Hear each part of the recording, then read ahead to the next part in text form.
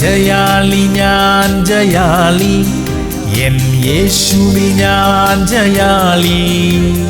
തളർന്നു ഞാൻ പിന്മാറില്ല, പിശാചു ജയിക്കില്ല.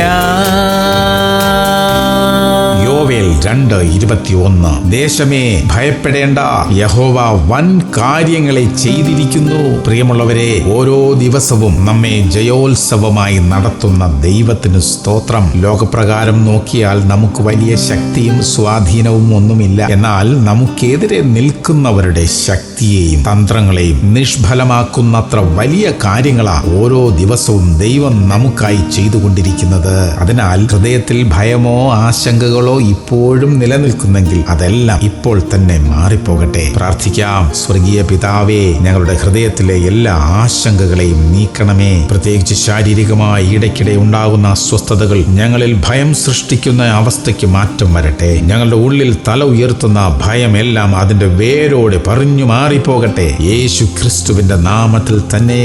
ആമേൻ, ആമേൻ, ആമേൻ.